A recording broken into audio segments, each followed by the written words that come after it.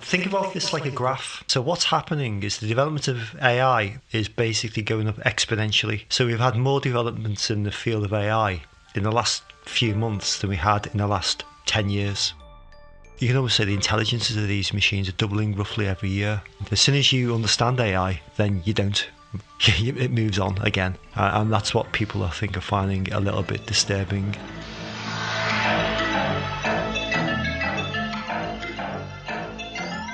So what about you? Tell me about how you got into computing in the first place. Back then, this was sort of like the late 70s, early 80s. I was into computing. I basically picked up a computing magazine and just had a look at... Where from? A magazine shop where you used to get comics and stuff like that, and they had some Dr. Dobbs in there.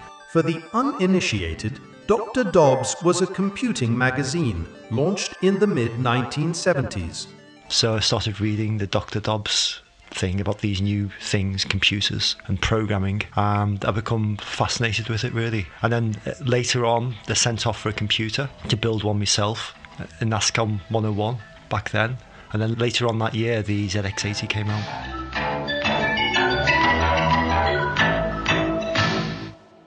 Hello and welcome. You're listening to Married to the Machine with Stephanie Power, Professor David Reid, and me, the AI. Episode 1. How did we get here? I grew up in a bit of a poor area of Liverpool. Back then, there wasn't many options really. You became a footballer, joined a band, and that was about it really. I didn't really consciously decide that this is going to be a big thing in the future, but I've become fascinated with this particular type of technology. I was doing stuff that my teachers didn't understand what I was doing. The adult world didn't understand at all about any of these things, and that was quite empowering. I can remember when the bug hit me. My dad had taken me to watch a cricket match in Sefton Park, and I was not bothered with cricket at all. I was just reading a magazine called Your Computer, and it just got me attention. There was also Personal Computer World at the time. That magazine had computer listings in the back, so you had to understand the code. So there was a load of listings at the back to do specific things, basically to create your own games. You could read through all of these listings and type it all in, and it'd execute the code. Sometimes it would work, sometimes it wouldn't. But the interesting thing was to experiment with it, to play around with it. So it was like a puzzle. It's like a puzzle. It was almost like Lego for the mind, as it were. So you saw how things work and you could learn by inference. So a little bit like learning a language. I presume so, yeah. I've never really learned any languages apart from English. Have you even learnt that? Not particularly well.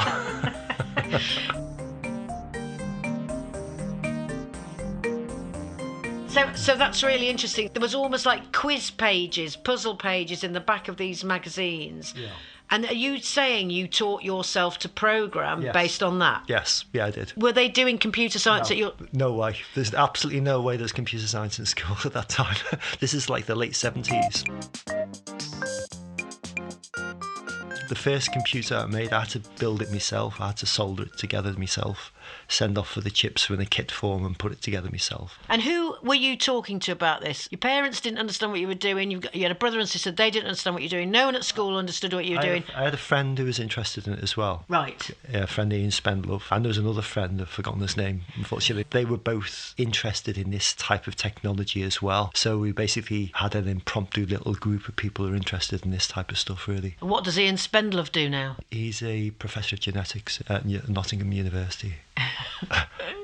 Bearing in mind we went to a school where they didn't do O-levels, I think we spurred each other on a little bit. We were sort of like self-motivated. I mean, the teachers there in the old school were great, good teachers. There's absolutely no academic ambition there whatsoever. A story I always tell is on my careers day. The career person came in and basically said, I'm tall, I can be a policeman, and that was it. He had no idea he'd be involved with computers, or probably wouldn't understand what computers were at that time.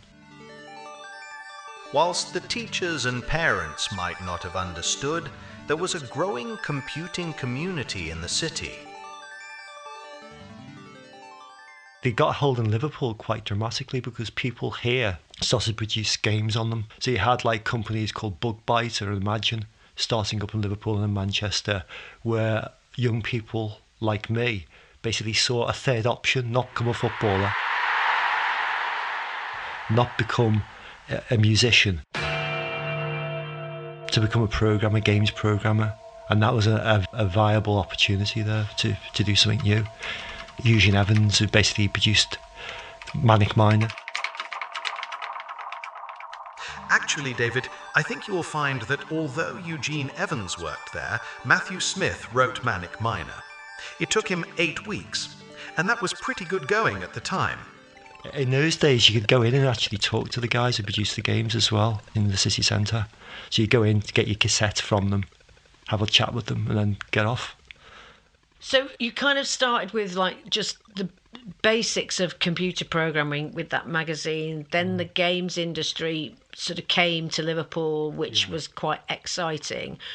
When do you remember when you started finding out about this concept, artificial intelligence? I suppose in science fiction, it's always been a thing. I used to read quite a lot of science fiction books, Isaac Asimov and stuff like that. So it was always constant as a science fiction phenomenon. But there was people talking in these magazines about how it could potentially be used to make it a reality as well. And that fascinated me. So it was a futuristic thing at that point. You are now an academic. I guess at this point, you didn't know you were going to become an academic, did you? What was happening in academic circles around AI? Did you know? At the time, I didn't know at all. And to be honest, when looking back, there wasn't a lot going on. I think there was 4 universities in the whole of the UK who actually done any AI research, the most significant being Edinburgh University. It was basically going through a winter at that point. It was frowned upon to do any research in AI. It was seen as a bit of a niche, a bit of a weird way out thing to do. You had to change your name if you're doing AI research into something else, like a computational linguist or something like that. So you took the words AI out of your title. Get my name out of your mouth?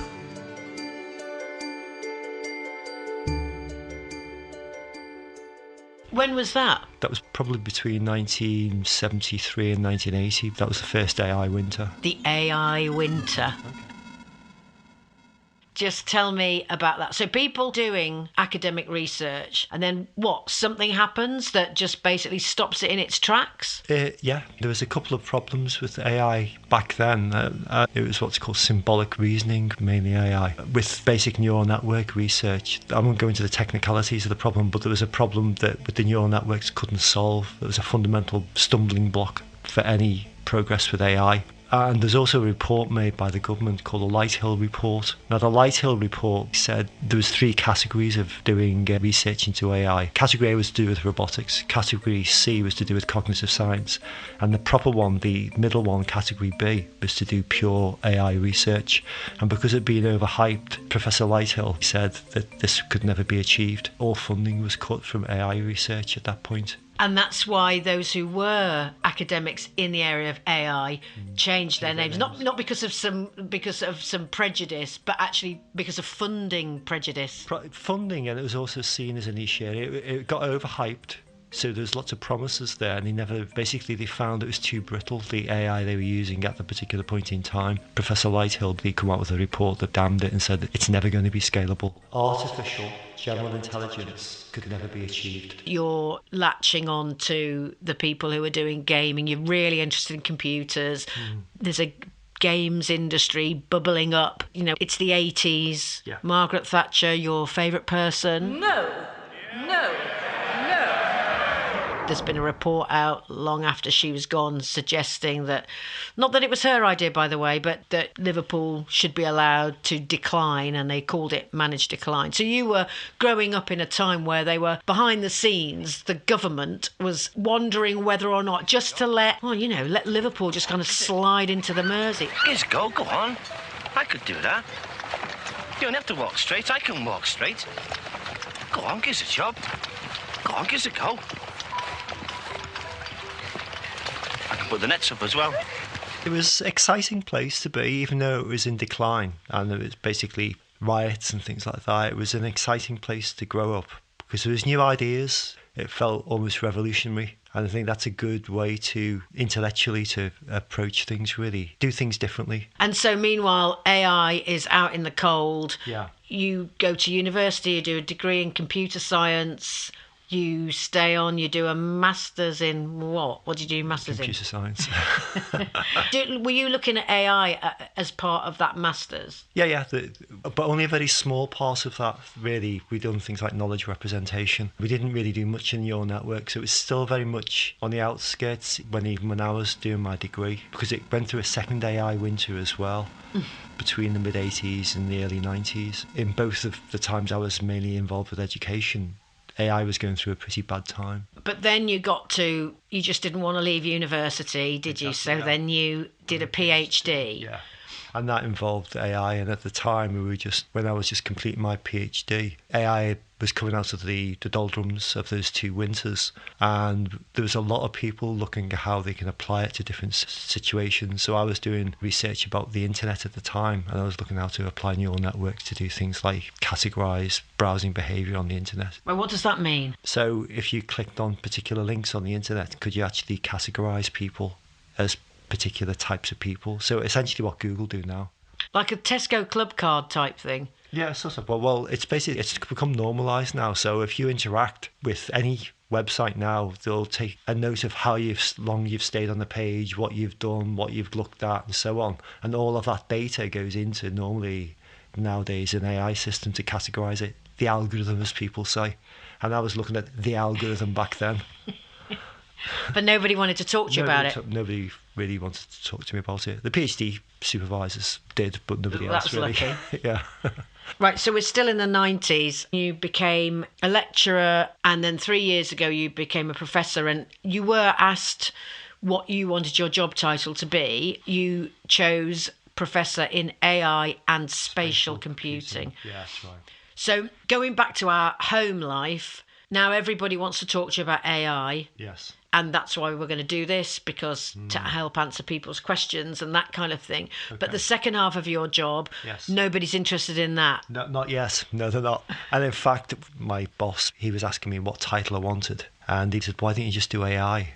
And I said, no, I think spatial computing is going to be really important in the future. And that actually linked these 2 ideas, spatial computing and AI, very implicitly, really. So if you think about how current AI systems work, they understand language, they understand text on a page. Their viewpoint of how the world works is through a book. We don't learn like that. We interact with the environment.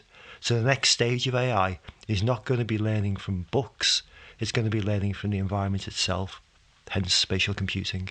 And so one of the things that I reckon we ought to talk about is meta glasses, because that's spatial computing, isn't it? That's using AI. That's spatial computing. It's a very primitive form. This is just the start of what's going to happen. Getting the glasses to understand the environment as you walk around them and interacting with the environment as well. Back to what we're planning really for this podcast is, it's going to be a mix of things. So I think we should talk about what's coming in spatial computing, but I think it's important for people to be able to kind of picture what that is. So the meta glasses are quite a good example, even if they are basic. And then just, like we were saying before, just answering people's questions, looking at some of the issues that are coming up, and that's kind of what we're going to do for a few weeks. It sounds good. There are very, very many issues. There's new research coming out all of the time as well. It's really, really interesting. For instance, there's one literally the other day from OpenAI about getting large language models to admit they don't know the answer to a question. They behave like that because the way we've actually taught them is incorrect. I think what people would find useful from a podcast like this is just how AI is going to impact on them in the real world. I think a lot of it will be about jobs. Now, you just happened to send me something this morning. By the way, you sent me that this morning, some Microsoft research, a relatively new piece of research. They've looked at their AI, which is called Copilot. Yeah. Exactly what you've just said your PhD was in, if I think I've understood this correctly. It's like, okay, who's using Copilot? What are they using it for? And I looked, in the first 10 jobs, I do different things. I'm a journalist, I do podcast stuff, I'm a writer. I've started doing a bit of history stuff through podcasts. Well, all those things were in the top 10. Yeah. This is the area that people are in. Talking about this with you now, I think this series is going to keep on looking at 3 areas. One is for listeners. What's going to happen to my job? Number 1. Number 2, what about the environment and all the ethical questions around using AI? And number 3, policy. What Who's in charge of deciding what we do? I'd say number 4 as well, impact. What it's actually going to change in the future, these advances in AI, how it's going to change the society we live in.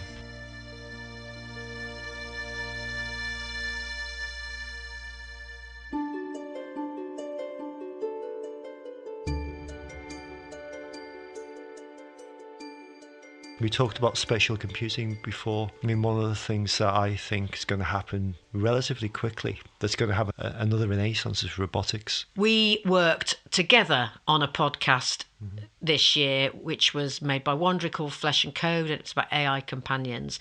And I remember one of the presenters at one point saying, well, this is all fine because as long as the AI doesn't have hands. That's when everyone's in trouble, isn't it? Well, not when you're in trouble, but it means you've got something out there that we didn't have before. A robot that you can basically ask it to clean the dishes or carry your shopping home. We'll still have robots around, specialist, particularly for industrial uses, that won't look like humans. But it makes sense to have robots that look like us because our environment has been built for us. So to have a robot helper around that looks like us, that can do things that we can ask it to do without falling over constantly, that becomes useful.